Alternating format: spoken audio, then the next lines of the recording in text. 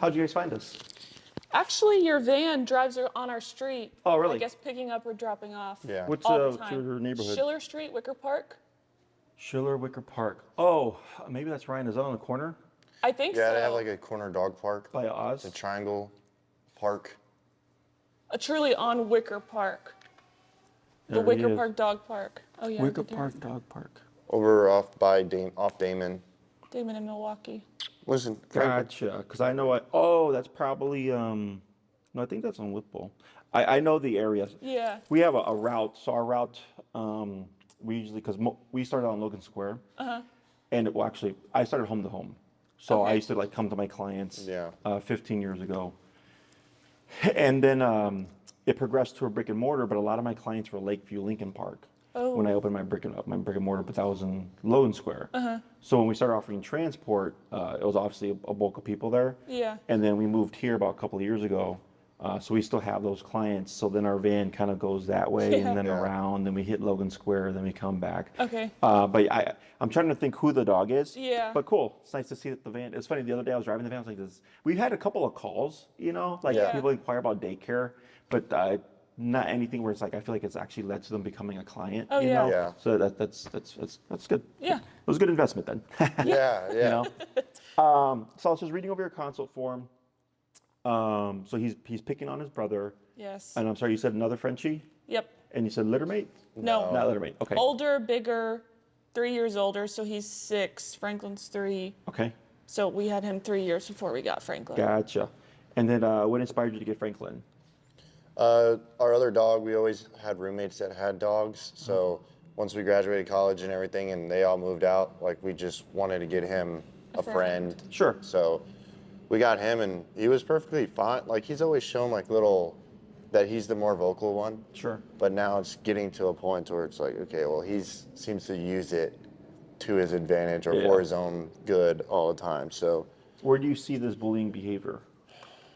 before Like anytime he's yeah. like triggered is what I guess we're trying to identify, but I'd say the most contention right now is like putting on their leashes. He's like, I'm first. I go to the door first. Winston, you're trying to follow me. Turns around and Okay. blocks Yeah. access or goes after him. Okay. What would be another example? Another example would be if we're not sitting at the dining room table, whether it's just like having a snack or something in the living room, they're both on the couch. If Winston gets up to go like Get do water, do anything, anything, get a he toy. straight jets, attacks him, Okay. goes after him. Like What proximity would you say will he charge? Like how far? probably about within 5 feet. Yeah. So sometimes he's jumped off the missile, couch yeah. and missile jumped back onto it to go after him out of nowhere. Like, so it's, yeah, I don't know, competitiveness. And the funny thing is they eat next to each other. 2 different bowls, obviously. He gets his food first just because I guess we've always done it that way. Yeah. But they've worked their way from different rooms to 2 feet from each other eating, and there's usually no problems ever there. And when it comes to their own food, never a problem. But when it comes to people food, which they don't ever get, Yeah. but they still feel like they should get it, Yeah. there's a fight. I gotcha. Has there been any punctures? Not between them. Maybe like a scratch, Okay. but like they never really make contact. It's a lot of bark and rah, rah, rah, rah, rah. And then usually like another reason we found you is we don't know how to like de-escalate safely. I'm just always scooping him up or one of them up, and then he's in my arms, sort of going crazy Yeah. until he calms down. So I don't know. Never like a true bite or anything like Okay. bad. Any other contexts where you see him trigger? For Winston. I mean, maybe if it's you getting ready or something and Yeah, as far as just straight up attacking Winston, it's centered around like putting on the leash or thinking Winston's getting something from us, Winston's taking his bone that he happened to have out, but otherwise, no. But again, we take him for walks 3 times a day, so like the leash thing is getting like really, The leash reactivity? yeah, Yeah. like knowing when it's time to go out, that's a huge Oh, I see. That disaster. context. Yeah. Winston's the other dog? yeah, I'm sorry, this guy's name? Franklin. Franklin. So if he's got a bone, Winston comes, we see the aggression. Yeah. Okay. And then does he have leash reactivity to other dogs? So if you walk him solo and he sees a dog over Yeah, here, he'll want to. He's He'll like get on fight the or flight. prowl. Like, Yeah. yeah. He Okay. got attacked 2 years ago, okay, when we lived in Atlanta, by a bigger dog, and ever since then, that kind of triggered his. All He right, truly, well, I'm gonna when be he on the sees attack. it, yeah, he either wants to sprint, run the other way, or like, okay, fine, I'm go sprinting after right you. at the dog. okay. Yeah. Prior to that incident in that first year, because you got him at 2 months, Yep. did you see any behaviors in that time frame? I would say no. No, not really. Just like not good leash training, I guess, in that aspect. But it was Sure. never aggression because he went up to that dog, kind of snuck up on it. Yeah, and like it rounded a flipped. corner and they ran right into each other, and the dog kind of grabbed him by the neck. This was at the 1 year mark. Yeah. Yeah. Okay. As Yeah. like a surprise. And then since then, he's been like very anxious if he sees another dog on a leash. But I walk him and his brother, just me and the 2 dogs every morning. And you might see us on the street and think like, oh, they're perfectly well behaved. Like if we don't run into another dog, he's happy to walk on a leash. He doesn't pull like crazy. Him and his brother walk just fine. But like Franklin, come if here. a dog is approaching us, he is like Come here. terrified. Come here. Just had a question off of that. When did you start? When's the first time you start to notice the aggressive behavior towards Winston? How long ago? I would say in Atlanta, Do you think 6 months ago? When we no. moved here. I think it definitely got way worse when we moved here. But in Atlanta, I remember a specific incident. We're on the couch eating like breakfast, and a crumb falls, and it was just whoosh, both of them just. So that sort of like that attacked was him. kind of mutual then. Maybe Yeah, so. it wasn't every day like it is now. At Yeah. This point. Okay. I think the uptick now is so he had like an IVDD scare in January. What's IVDD? The disc issue that Frenchies sometimes okay. get. Yeah. So he was on crate rest for 4 weeks. And so he was babied, he was pampered, he was held, and we were sort of keeping Winston away from him. So I think him not getting that treatment anymore also might have to do with him, the uptick in him going Yeah, after his it's brother gone up since his back problem. since his Okay. injury. Now was that confirmed? Because you said scare, right? So was Yeah. it? Does he have this thing? Or He is it- doesn't. I mean, he got lucky that he didn't, but he had steroids. Yeah, and crate everything rest, like that, so medicine. he doesn't have it, but it was a preventative measure that we had to take for 4 weeks. Sure. And it happened to his brother around the Same same time age. when he turned 3 too. So, Interesting.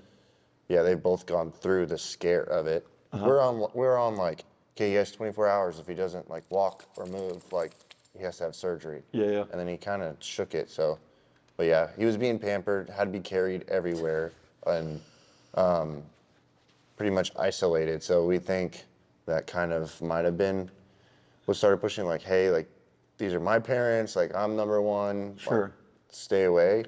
So When you brought him home as a puppy, were there any boundaries at all, or was it kind of Mikasa Sukasa type of thing? see, our other dog has never been aggressive, never been like, hey, this is mine. And so maybe he's taking advantage of that. Yeah. So we're like, oh, well, you know what? I'm in charge. Although, like, if they do get into a scrap and we're not able to pick them up, like the other dog will put him down, like put him on the ground, like I'm bigger, I'm stronger than you, and then it just never stops though. Like he just keeps going at it. Like, he won't He give doesn't- up. Yeah, I But gotcha. there's times where he's just like literally like Yeah. got him on the ground, paws on him, like stop until like we please. come pick him up. Yeah. Like it's literally like hand to the He forehead. like the like, taste stop. citizens Yeah. arrest. Yeah, like you're not that tough. But Yeah. he doesn't care. He's really Yeah. all bark, but the bark is, I mean, we live in an apartment building, so the bark is enough to be like, Sure. Yeah. stop. But in terms of like boundaries with you guys, like let's say you bring the puppy home and like, is Winston allowed on the couch? Yep. Yeah. Yep. Was he also allowed on the couch? Yeah. Yep. Okay. Anything else? I don't think so. Okay. Nothing I've not seen before. Yeah. My specialty is behavior. When I got into dog training, I got into dog training specifically for like aggressive dogs. I'm inspired by like Cesar Milan. I don't know if you know who he is. Totally. Yeah. So that was the start of my journey. Here I am 15 years later. So you have a dog who I would call is domineering, not dominant. Does that make sense? Yes. A dominant dog is a confident dog. they know they're just confident. Yeah. Right. Whereas Yeah. domineering, they think they're confident. Does Yeah, that make He's sense? definitely That's not. Yeah. definitely it. But he's also not willing to give up, which is a problem. So like Yep. the other dog can assert itself, and he's just dense. Is Yeah. how I refer to it. Like Yeah. they just don't pick up on the message, right? And they'll just keep going. Yeah. And I've seen this before. Part of the reason is, as you noted, your Winston isn't aggressive, Yeah. right? Now, aggressive, when we speak about that, like it's not a characteristic. Anyone and every animal can become aggressive. It's just a Sure. matter of, are you in a context that you need to be aggressive, Yeah. Yeah. right? Yeah. So if you were to see me punching someone, right, out of context, Yeah. you could be like, wow, you kind of jerk, right? Yeah. But then if you see behind and you go like, well, the guy charged him from across the street and was yelling at him. Yeah. And Jesse kept saying, hey, get away, get away, get away. And then the guy got close and then Jesse punched him. You're like, oh, okay, well, that kind of makes sense. Yeah, totally. Right? But so it doesn't make me aggressive, but I became aggressive because of the context. Does Yep. that make sense? Yeah. Yep. So part of the issue is because Winston isn't willing to be aggressive. Yeah. Yeah. Does that make sense? It does. Because he's not willing to go the next step to really put him in his place. Yeah. Because that's how dogs resolve things. Okay. Yeah. They're physical creatures. They nip and bite each other. They nip and bite during play. They nip and bite as affection, like if you ever have seen a dog like chew on you or whatever. Yeah. Yeah. They nip and bite as a form of frustration, as a form of initiation. Hey, play with me, right? Yeah. And as a form of correction. Yeah. This here is a dog bite. Okay. This is 10 stitches. This is one bite from a Great Dane. Usually people like Great Dane. I'm like, yes, even Great Danes can bite people. Yeah. He didn't want to go in a kennel. Okay, so this was not an aggressive dog. He was a year and a half old, unneutered, untrained, destroyed their home, chewed up the bar, chewed up the couch, chewed up the doorknob, destroyed everything. And then he goes to my facility back in Logan Square. This is September, November of 2019. And I did his training. Everything was great. And I had standard wire crates at the time. I didn't have my 4x6 kennels like I do now. And I hadn't had a dog. I hadn't had a Dane yet. Yeah. So I was like, well, let me see if he'll fit in the kennel that I have. Yeah. So I was just trying to see if he'd even fit. Yeah. He wasn't going to fit. But also he wasn't going to go in. Yeah. So when I went to load him, he freaked out. He looked up, and because he's a Great Dane, and he bit down, Yeah. there was no avoiding it, right? Yeah. So then, contact the owners, pick up the dog. Your dog's not aggressive. Your dog's just freaked out because he had never been put in a kennel before. Yeah. So the only way he knew to stop me was to use physicality. Yeah. And that was this. A couple months later, after I healed up, I trained him.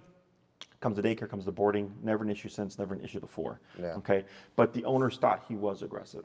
Oh. And I said, no. You have to look at the context. Yeah. Okay. He didn't seek out to bite me. I was trying to load him into a kennel. He had never seen a kennel before. Yeah. He freaked out, and he's like, I got to protect myself, and that's what happened, Mm-hmm. right? So aggression, again, according to the context, can be healthy and unhealthy. Obviously, it's not good when we have two dogs that are aggressive to each other. Yeah. Because they're your dogs, and then if they harm each other, now you got a vet bill. Yeah. Right? That's And that's a big that's the reason why tricky we're part, here. yes. Yeah. But technically speaking, in the dog world, like that is considered healthy. Yeah. Okay.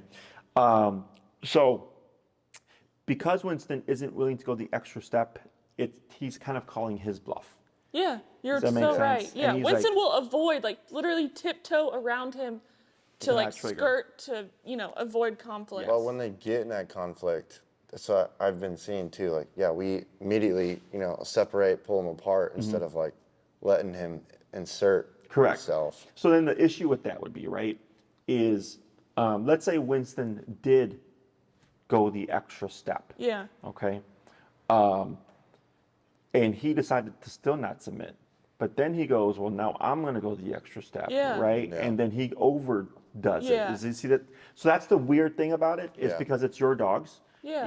Like if you were charged by an off-leash dog and then your dog bit that dog, right? You're like, well, my dog was on a leash. Your dog charged my dog. That's self-defense. Yeah. Like you wouldn't Yeah. care. Yeah. But because it's our dogs, Yeah. we care. Does that make sense? Yes. So, so I'm not advocating for them being violent or aggressive, and then how do you say, to solve the issue? Yeah. Humans always have to solve, because one dog can take it too far. Yeah. So this is an old example. It was a pit bull, 3 Yorkies. One of them was a teacup Yorkie. Okay. Pit bull was always crated when they were gone, and then the 3 Yorkies were let loose. They came home one day to a dead Yorkie. Right? Guess who they thought did it? Yeah. Pit bull. Bull. Guess who did it? The other Yorkies. The teacup Yorkie. Yes.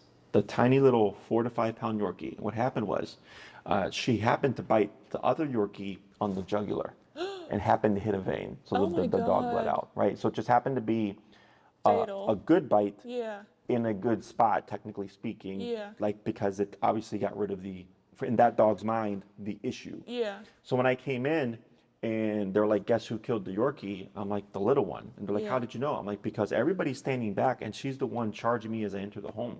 Yeah. So that tells me, and her name was Diva, that tells me that she thinks she's in control. Yeah. So chances are something was happening. She went to correct the other Yorkie, but gave a good correction. Yeah. Happened to be on the throat, on a vein or whatever. Yeah. And so obviously that's not good. Yeah. But I told them, and they're like, yes. They're like, you're right. They're like, how'd you know that? I was like, because I can just tell. Yeah. This dog is running the household right now. They're like, Yeah. yeah, like if the other dogs get too loud, she'll come and charge them barking till they shut up. Yeah. Yeah. And then they'd walk away and lay down, right? So this little 3 to 5, and even the pit bull Yeah. was submissive to the little teacup. So it goes to show that it's not about the size; it's about the energy and the confidence of the dog. Yeah. But even in that context where we have this small little dog who you think could do no harm, right? Took the life of the Yorkie. Yeah. Okay.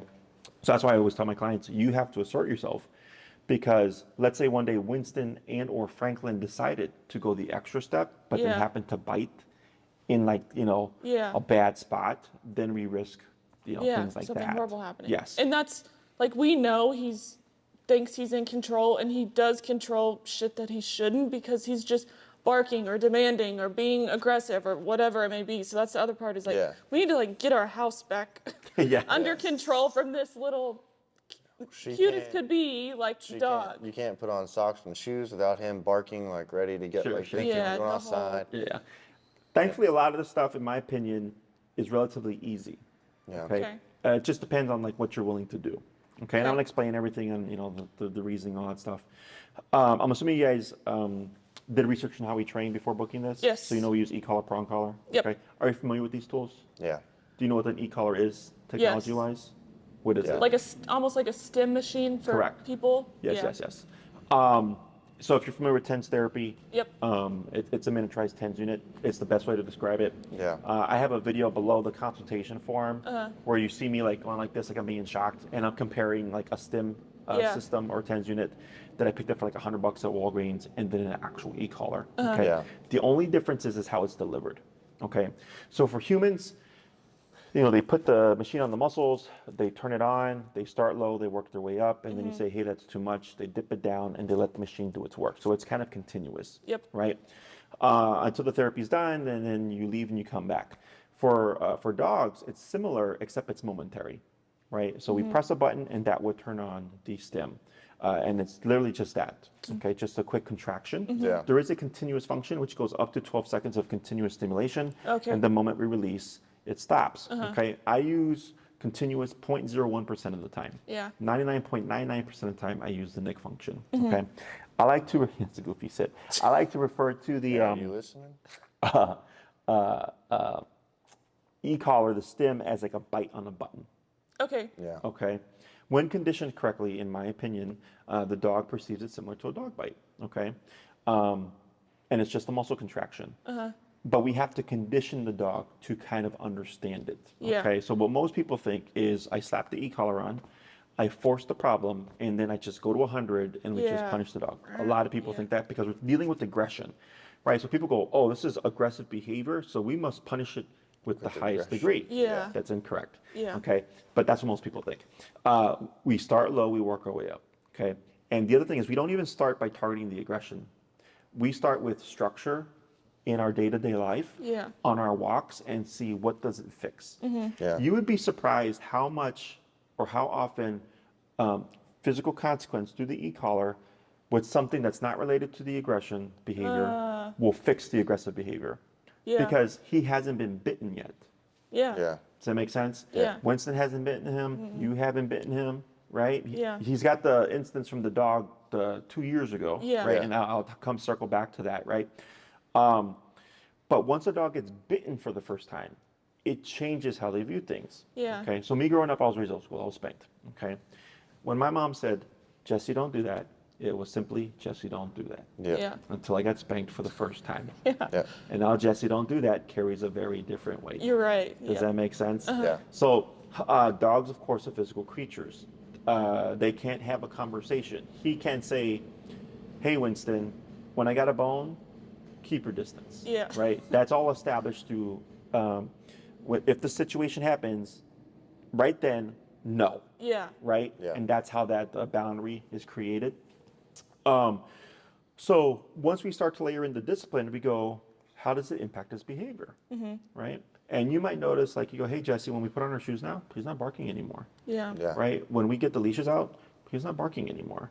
Right? Because discipline. Yeah. Right? So heel can fix, a properly taught heel can fix about 70 to 80% of problems. Yeah. So people usually come in and they'll have like 20 different things. Yeah. Okay.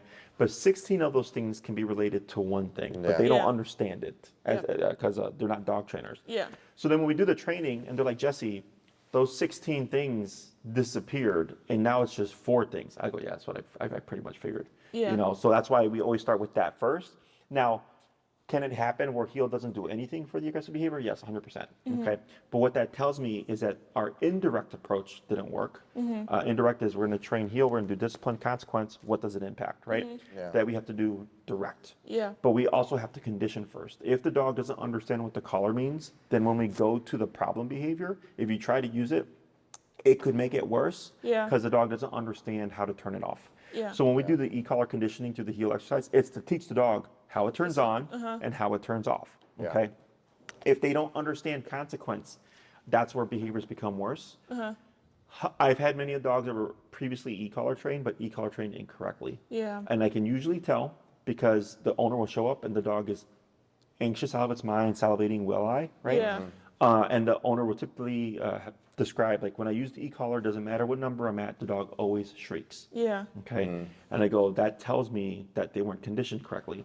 So the anxiety is caused by, I know that thing can happen, but I Yeah. don't know why it's going to happen. Yeah. Does that make Oh, sense? man. And the shrieking is because the dog's already over threshold, meaning Yeah. they're overly stressed because they know it's going to happen. They just don't know when. Yeah. So when you use it, even if you're low in the collar, it Yeah. just kind of Freaks 'em out. freaks them out. Yeah. So with proper conditioning, that shouldn't happen. It can happen, yes, but it's like a 0.01% Yeah. of the dogs that would work with, you know?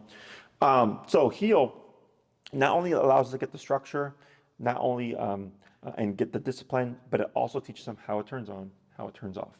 Okay, so then when we're ready and you go, hey, Jesse, you know, no barking at the shoes, no barking with the leash, no barking with this, no barking with that, but he's still terrorizing Winston when there's a bone. I go, makes sense because that's resource guarding. Yeah.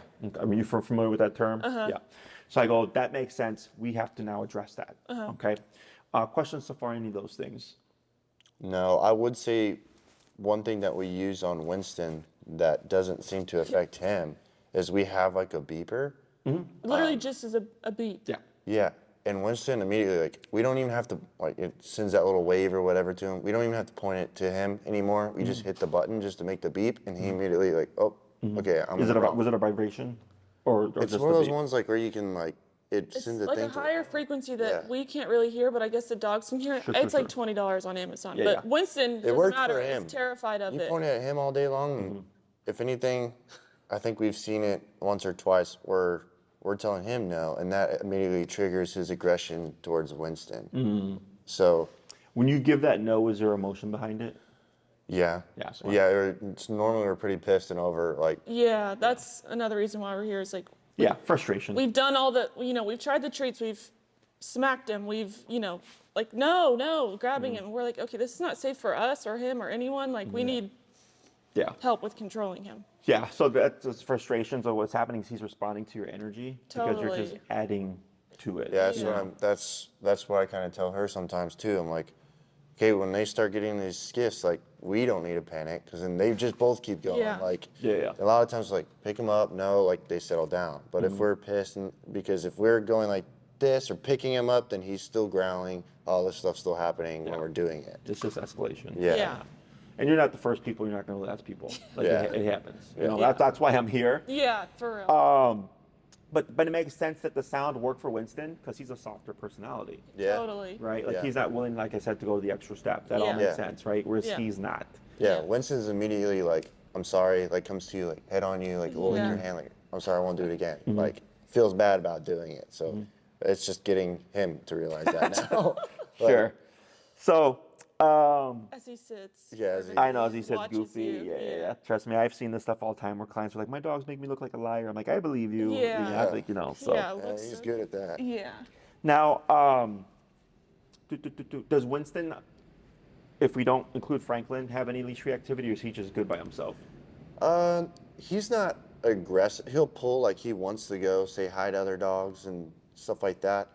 Sometimes it depends. Like he will go toward, I don't know, what would you say? I would say he has reactivity. If we're just walking Winston, he's reactive. Okay. Not like Franklin Maybe. where it's fight or flight, like my life depends on this interaction. Winston's more like, oh, there's a dog, yank. Or, oh, I want to see this person, yank. But I wouldn't say it's like a huge concern for us, considering how bad he is. But Okay. yeah, he is.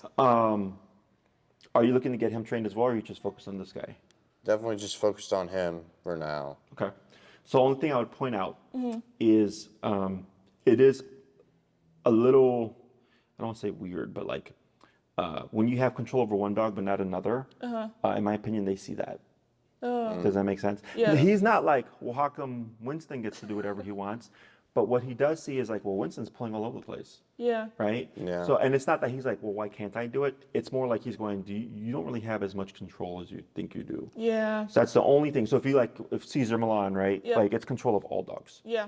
And I get this a lot, especially when we get a troublemaker. Yeah. You'd be surprised how many times I've worked with couples where where one dog was deemed a troublemaker, but it was actually the dog that wasn't the troublemaker. I don't think it's that in this case. Yeah. I can usually tell. But like, let's say you're walking them both together. He's walking nicely in a heel. Winston's all over the place. He's going to be inclined to want to do the same thing. Yeah. So then you're kind of working against yourself. If you're walking Winston and she's walking Franklin, well, that's completely fine because now we have two separate handlers. Okay. But then, like, let's say he's being good, Winston's now being reactive. Yeah. And then he's like, well, shit, if he can be reactive, right? Yeah. Yeah. And can you correct them? Yes. But because Winston's being reactive, it's incentivizing him to also be reactive, and then you're correcting him, but because Winston's not stopping, he's going Yeah. to keep going because they That pick makes off sense. off of each other's energy. Does that make sense? Totally. So it's not a guarantee that that'll happen, but that's just like a possibility. Okay. So the other thing is, how'd you say? It sounds like there was a couple times where you said like there was one time I guess you were at a table, probably the first time something was dropped and they both went for it, and then there was a scuffle there. Yeah. Right. That to me seems like it was mutual. Does that make sense? Yeah. So to a degree, Winston also has resource guarding, but he's obviously instigating more fights. Yes. Yeah, I So- would say Winston's always been the one to cower down. Like even we've had roommates that have dogs that are very protective over their food and all their stuff, and Winston has never acted in Yeah. the same direction towards that. Like has always been like, I'll keep my distance. Sure. You're right.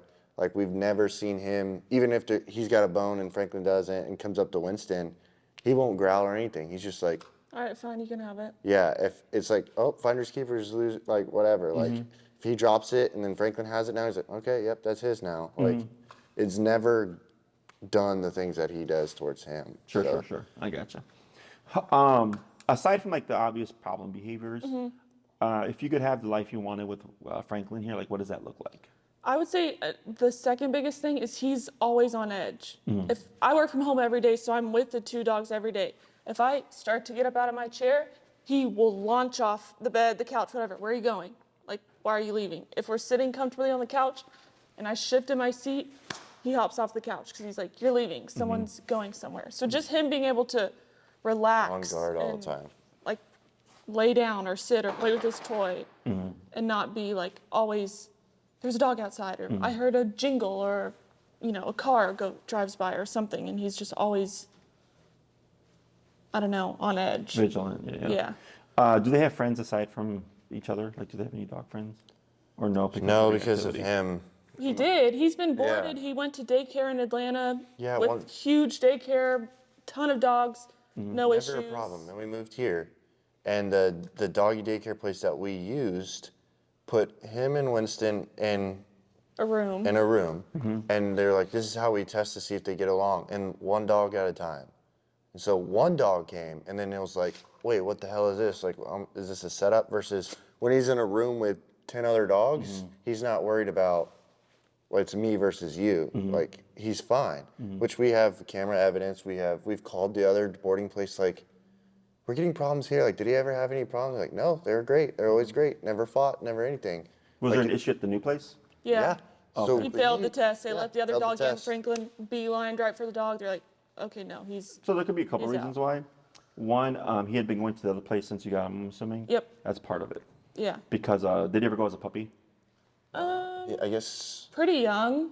A year, maybe. maybe. Like, still pretty young. He went there for the 2.5 years we lived there. Yeah. Sure. So actually, to jump back to that problem, the attack that happened, it's possible that that attack created distrust. So now he's kind of like, how do you say, because it's kill or be killed in the animal world. Yeah. Does that make sense? So now it's kind of like. That's what I think he demonstrates Yeah, yeah. at times.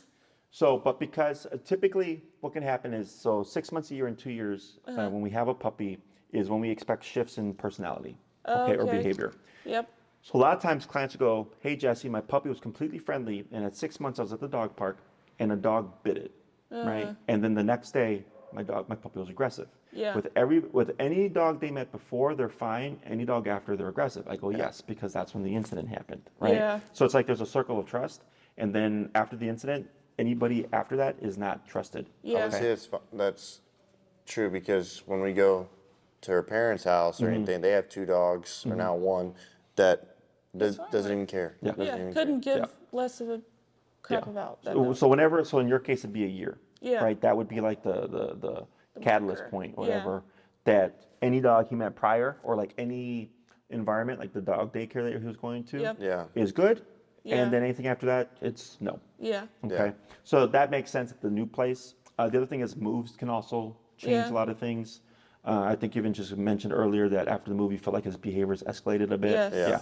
So that's also a possibility. Yeah. Unfortunately, the only person who can tell us is this guy. Yeah. So, but these are things. Everything that you're telling me makes sense to me as a dog trainer, because I've seen it time and time again. Yeah. Okay. Okay. That's what we wanted to hear. Like, for us living it, we're like, oh my God, he's so bad. Is this fixable? And then, like, I go and watch your videos. I'm like, oh, there's dogs who have had this or had way scarier stuff. So, Yeah, no, I've seen worse for sure. Yeah. You know, the positive thing that I would pull, positive things that I would pull from this is that you've not had actual fights, yeah. Yeah. right? You've had what we call scuffles, Yes. right? Yes. And then whatever they make their noises and stuff like that. So it looks terrible, It but does. they walk away unscathed, Yes. right? Yeah. So I'm like, that's the positive. Yeah.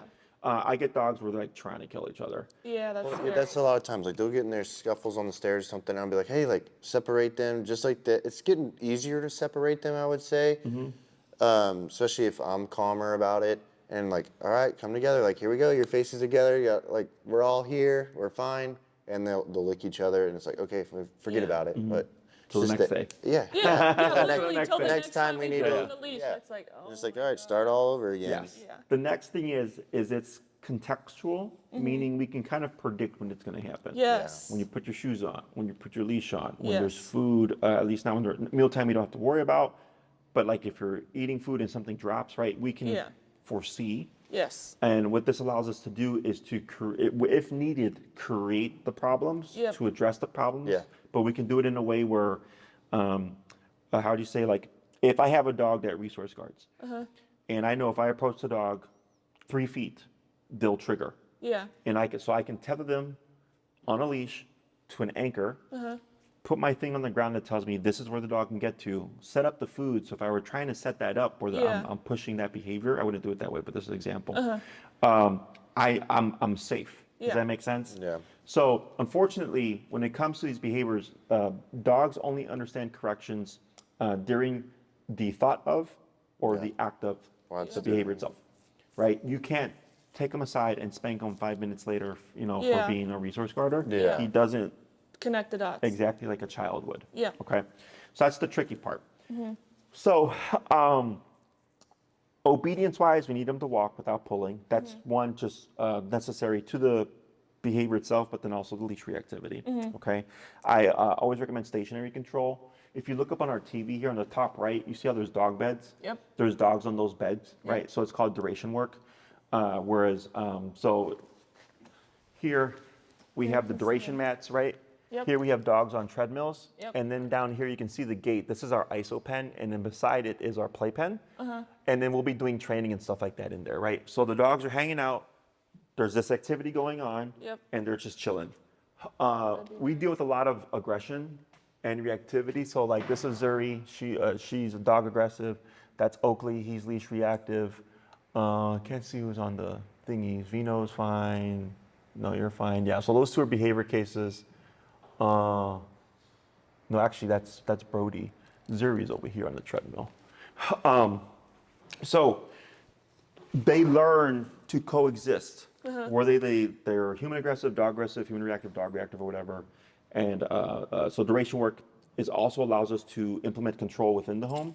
Typically, when we think of control, your case is in the home, but most people think of it as out the home. Yeah.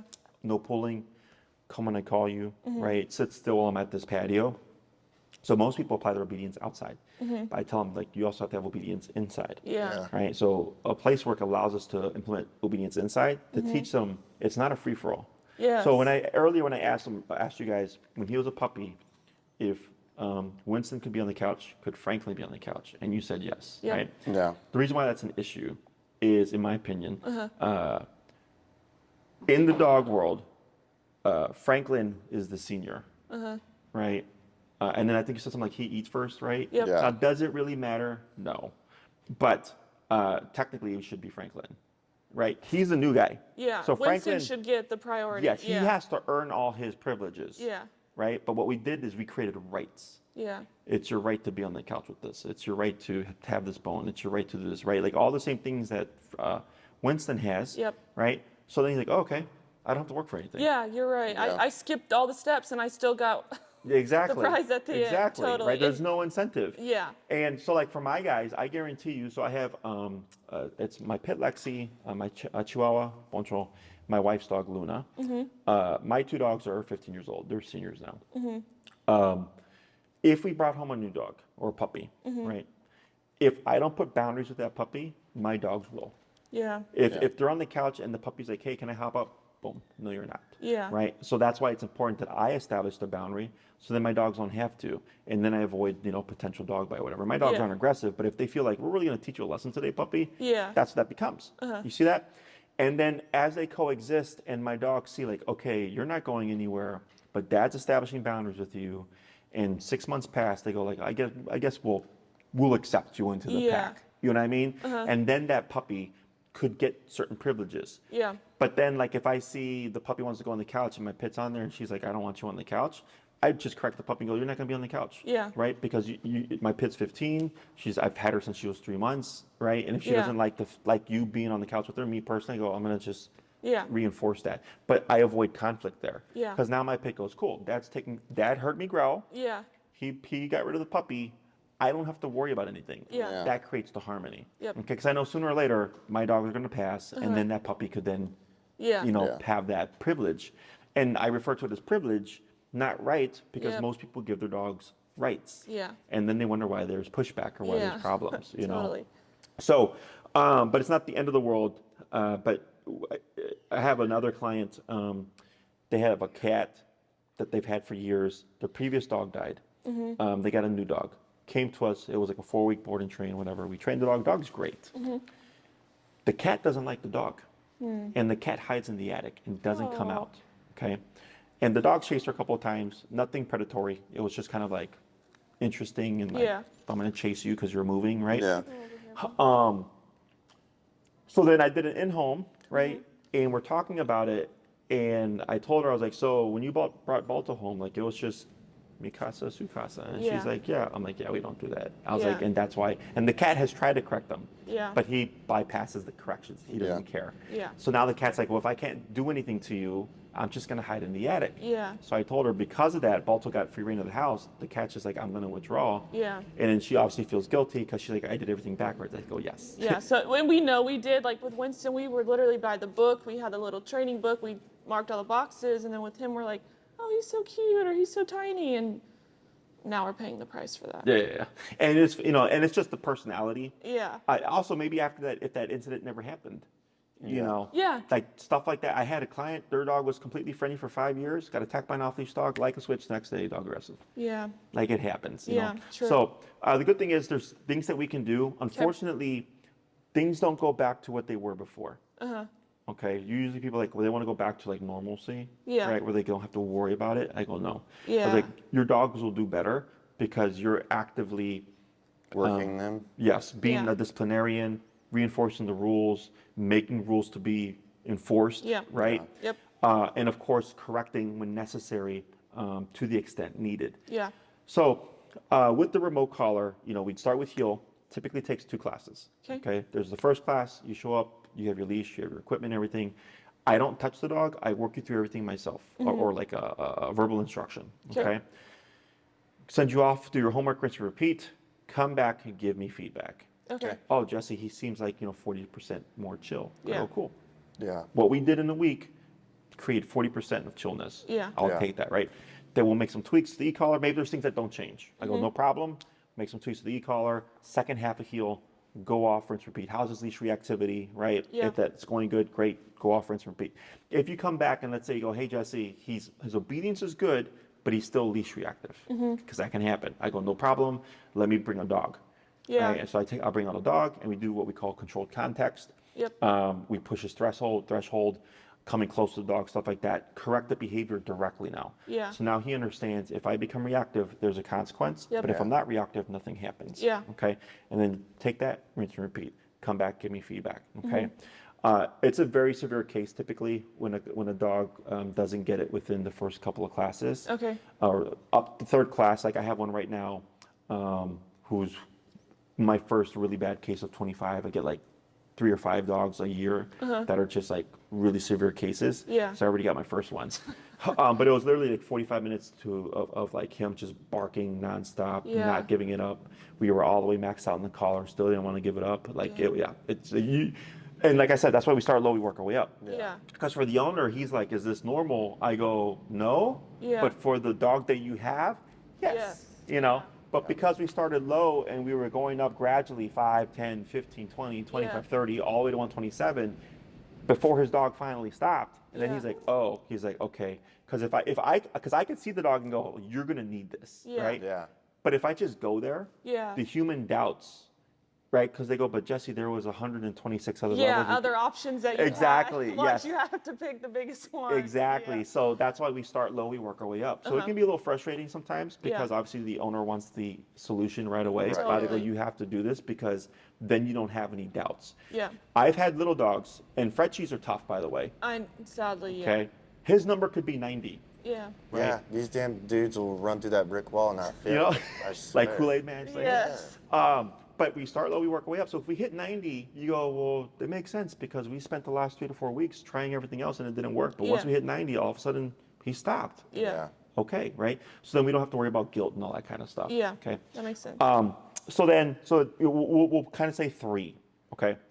So then we jump into the behavioral stuff in the home. Okay. And you guys, what was that? Schiller. So you're in the city, right? Yep. So that would most likely be an in-home lesson. So right now, clients are coming to me. It depends on the season. So like obviously with the winter and stuff, for the rainy weather, I'm here. This is literally where we train. Yep. And then in the summertime, I go to Oz Park, which is in Lincoln Park. Saw that. Because people like training outside. Now, where we train for the obedience stuff doesn't matter. Because how I teach my clients is just how to use common sense.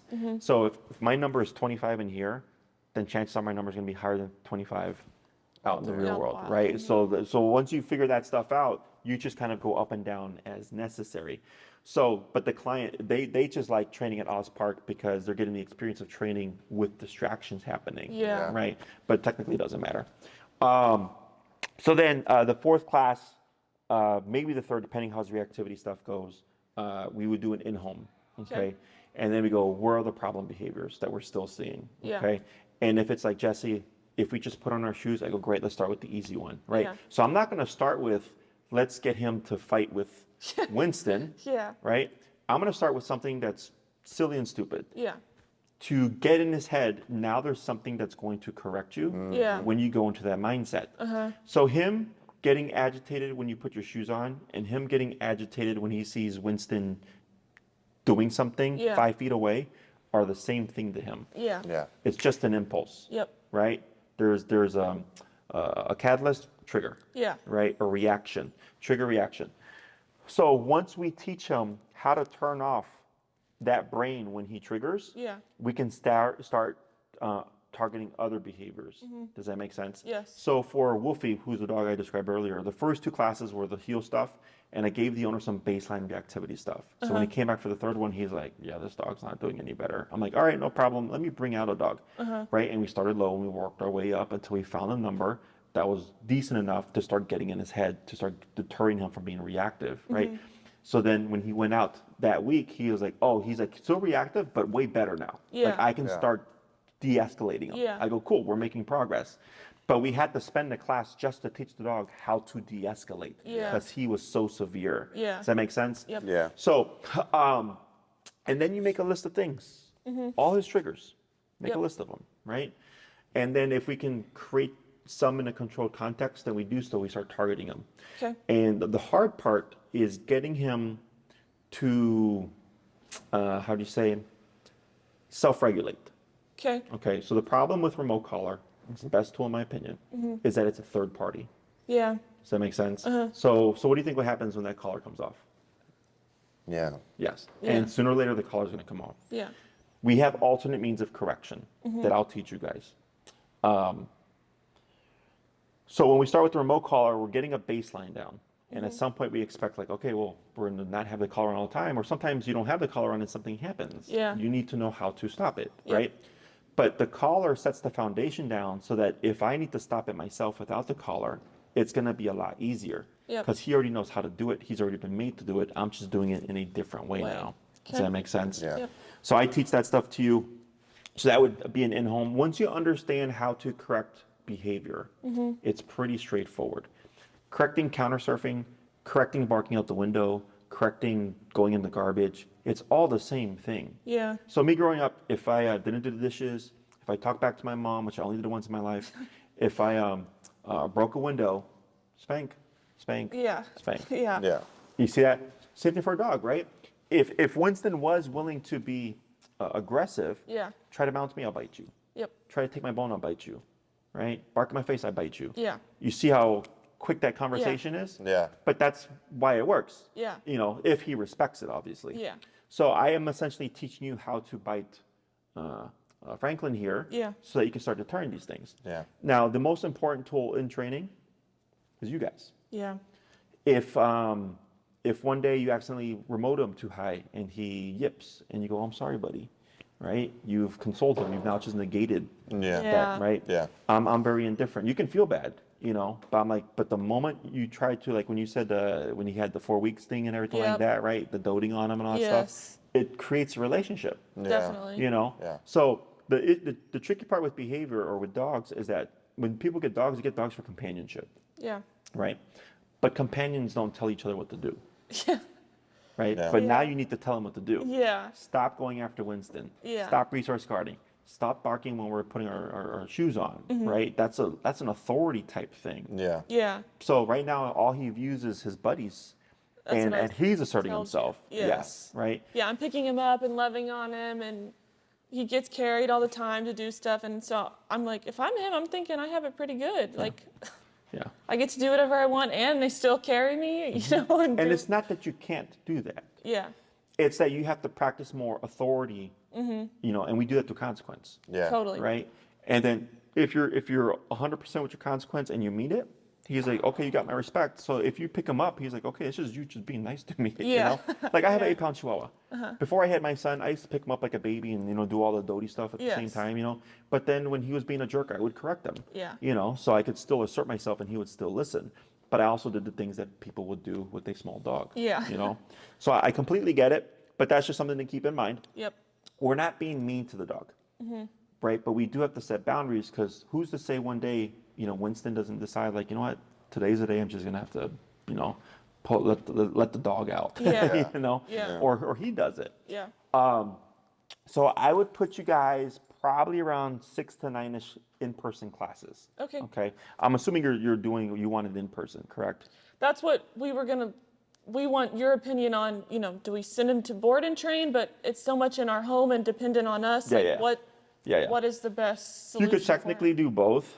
I recommend in person just because you learn so much more. Because remember, I'm Yeah. teaching you to teach your dog. Yep. Yeah. So the pro is you will learn so much more. The con is it just takes longer. Yeah. You Yeah. know, like that dog Wolfie. We could have done a board and train. I would have figured out his reactivity in like the first 5 minutes or whatever. Yeah. But the owner needs to see that journey because I knew it was going to be a difficult case. I was like, it's going to suck. It's going to take time. But trust me, at the end of the program, you're going to be like, okay. And it's already tied to you. Yeah. Yeah. Right? With the board and train, if I do the training, we can try to facilitate things. Yeah. If we don't see it, then we don't see it, right? But then also with the transfer the stuff to you, and then there's obviously like a disconnect there. Yep. Okay, so in person's the way to go. I'd say about 6 or 9. Okay, Okay. 6 is the bare minimum. 9 is a nice little buffer in case he happens to be a more stubborn Frenchie than I anticipate. Okay. That unfortunately I can't predict until we work the dog. Yep. Okay. So we do 2 on heel, 1 on reactivity if needed, 1 on place. That's 4. The behavioral stuff, we'll probably take a couple of classes. So that's why I'm thinking 6. Okay. If you were like we want this dog to recall and stuff like that, which I also recommend recall. That's just off leash, come when called. That allows you to have your dog have more freedom or whatever. That's completely up to you. Yeah. But with remote collar, you do get up to off leash obedience. Okay. So usually people come in with the ceiling down here. I Yes. just need these little things fixed. But I'm like, this tool that we have, our ceiling's actually up here. Yeah. So a lot of times people come in for a little. And See, I they can't even walk away. picture I like know. him being off leash. That's why when I've like read your website and other stuff, it's like advanced to off leash. I'm like, I can't. Yeah. This dog right here being off leash right now like terrifies me. Yeah, right now, yes. Yeah. Right, but remote collar, the reason why for me it's the best tool is 1, it doesn't require physical strength, right? So with prong collar, which is the spiky one, Yep. right? Yeah. Let's say you had a German Shepherd who was leash reactive, same behaviors, right? You yanking the prong collar and her yanking the prong collar are going to have different degrees of intensity, Yeah. right? So then what happens is dog goes, I'm going to listen to dad, I'm not going to listen to mom, right? We don't Yeah. have that with remote collar. That's true. If his number is 60 and you press it at 60 and you press it at 60, Yeah. I press it at 60, Winston presses it at 60, it's the same. Yeah. Okay, so he's going to listen no matter who it is. The only time we have issues with transference is if his number is 60 and you only go to 30. You see that? Because now Yeah. the dog goes, you're not willing to go to 60. Yeah. So I'm going to just do what I Yeah. want. Yeah, I'm Yeah. calling You your think bluff. that hurts? I Yeah. know. Yeah, exactly. Yeah. So as long as you're willing, Yep. The other thing too that I was thinking of is, the IVDD thing or whatever. That does also kind of inhibit what we can use. Obviously with the prong collar, with the discs and stuff like that, you don't want to have to be pulling Yeah. on his Yeah. neck or anything, right? Whereas with remote collar, it's just a centralized muscle contraction, so we're Okay. not worried about that either. Okay. Yeah. So, and then you can mull it over. I know Winston right now is a good dog, but they could both be off leash. The only Yeah. necessary commands are heel, place, recall. Okay, there's 6 total. Sit, stay down, come place heel. That's a fully trained dog, family pet. Yeah. There's way more stuff, but that's family pet. Walk with me, don't pull. Come when I call you, and go here, don't move. Those 3 things allow you to do almost everything with your dog, Yeah. right? Like you go to a restaurant patio, plop a towel down, go to place. Yeah. Dogs are chilling on place. You're having a nice little beer with your dinner or whatever, Yeah. Then you walk home with your dogs, and then you're like, oh, there's a park. Let's let them run around off leash. You can take your leash off, let them run And we around. live on the park, so like every day I'm sitting in my office seeing all these well-trained dogs Yeah, off and so are leash they out the playing, window. and they're seeing it too. And I'm like, I don't think y'all could ever do that. Yeah. So and then we have the behavioral stuff, right? So like, and it's possible. I won't know again until we start training. Is if he's been asserting himself and to a degree developing frustration, right? That can make a dog antisocial. Okay. Okay. Once you start to rein them in and those frustrations start to go away, sociability can come back. Yeah. Okay. It's not a guarantee, but I've had dogs who had been attacked, who were social before, become social again. I know at the other place he didn't do well. Yeah. He would. I can tell you right now, do just fine with us. We get a lot of dogs that were booted out of other daycares here because they played too intense. They started a fight or something, Yeah. and they do completely fine with us because Okay. it's regulated. Yeah. Right now it's slow. We have probably like 20, 25-ish dogs today. Okay. But it's quiet. Yes. That Yes. wall right there. That's what we Widest said place as I've soon ever as we been. walked in. You come in, we have 50 dogs. Usually Tuesdays and Wednesdays are our busiest days. We have 50, 60 dogs here. It's still quiet. Yeah. Dogs bark. We get the occasional bark. If they were to see you, they would bark. Makes sense, Yeah. right? But with the day-to-day routine, they're quiet. Damn. It's insane. Yeah. And you can see with all the construction that we have going on, Yeah. right? They'll start barking when they hear the guys walking across the roof. I'll go in, I'll address them. Yeah. They quiet down, life goes on. Yeah. Okay. But that's the importance of structure. Yeah. So, which reminds me, if you needed to board him anywhere or whatever, we do. the dogs that we've trained are welcome to come whenever. Okay. Dogs that we've not trained are required to do daycare once a week to keep them in our daily structure routine. Yeah. Okay. I get clients from St. Charles, Winnetka, Skokie, Wilmette, Hoffman Estates, Board of Indiana, Board of Wisconsin. I don't expect them to come once a week for Yeah. daycare to be able to board their dog, but we've trained their dog. So we tell them, as long as everything's up to date, we welcome your dog. Yeah. Okay. So, and then we do take siblings.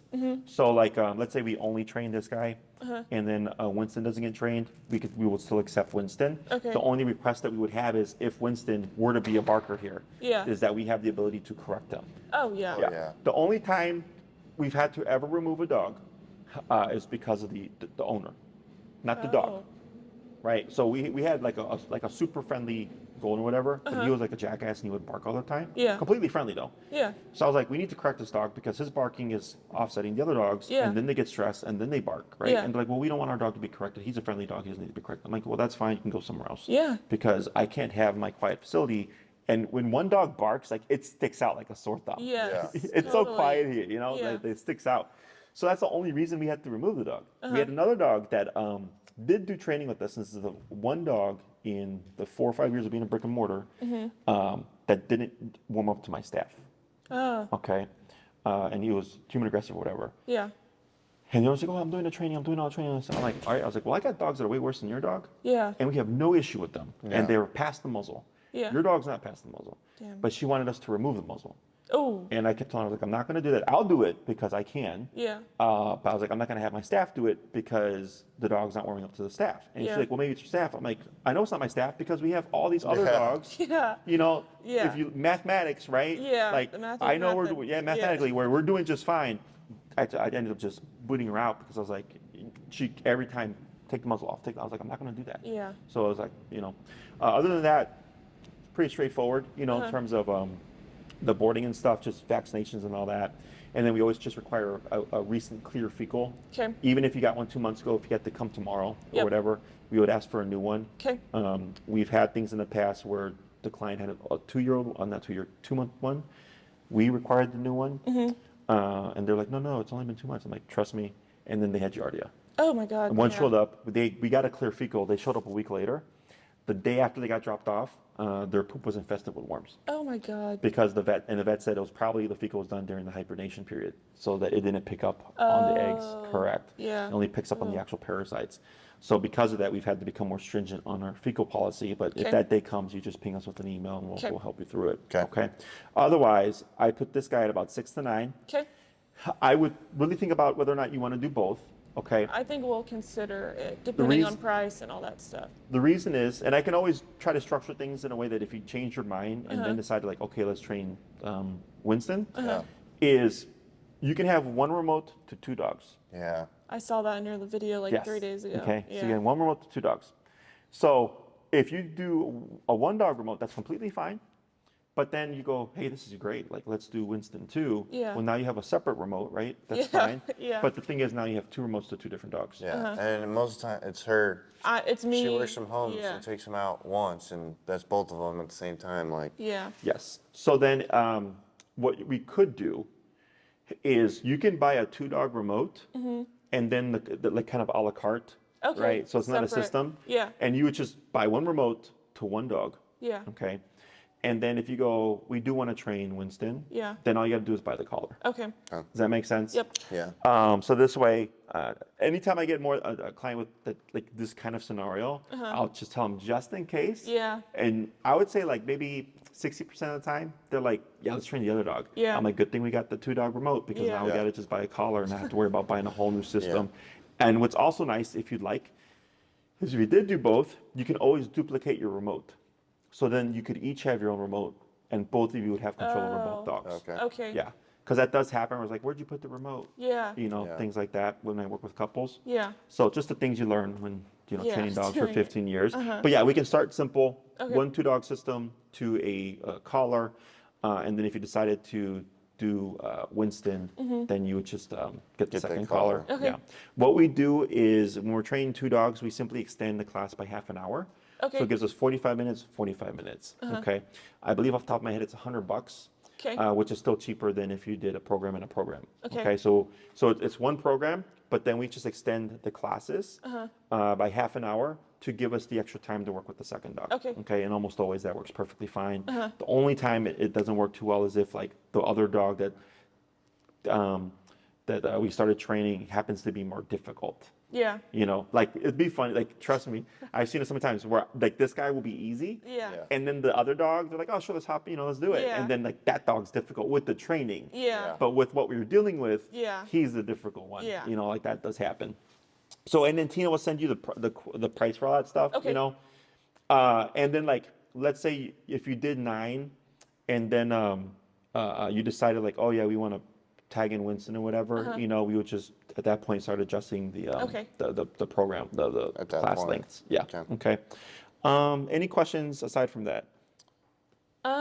So he needs to finish all of his training before he can stay here, be boarded here? He has to go through a few classes. Okay. And then I'll give you the thumbs up. If he was like human aggressive, it would be deeper into the program once we've targeted the human aggression type stuff. Yeah. For him, I'm probably going to guess probably by class 3 or 4. Okay. Yeah, so that gives us about 3 to 4 weeks, and then he can start boarding. Okay. And then we always suggest an evaluation. He's going to pass. Don't worry about that. Yeah. Okay. It's to acclimate him to here. Yeah. Yeah. Right. You drop him off. He gets picked up later, so it's like you didn't abandon me, right? Yeah. So that kind of primes him for his boarding. I'm not concerned with his behavior, especially because we have the collar and stuff. That Yeah. if we began to implement him, worst case scenario would be, let's say he just doesn't want to interact with the dogs. Like Yeah. he's just like, I'm not having it. Then we would tell you like he doesn't want to be with the other dogs, but he can do treadmill. He Yeah. can do duration work. He can do ISO time where he's there and he's watching things going on. You Yeah. know? He would probably like Yeah. it. Yeah. So, and our ISO isn't like other places. Other places, the dog's completely isolated. And so we have a trip in like 3 or 4 weeks, and if he goes to this other boarding place, that is what it's going to be. He's Yeah. going to be put up almost all day, pay the extra whatever to treadmill for 30 minutes or Treadmill's whatever part it of our is. day here. There's an extra fee. Yeah. Yeah.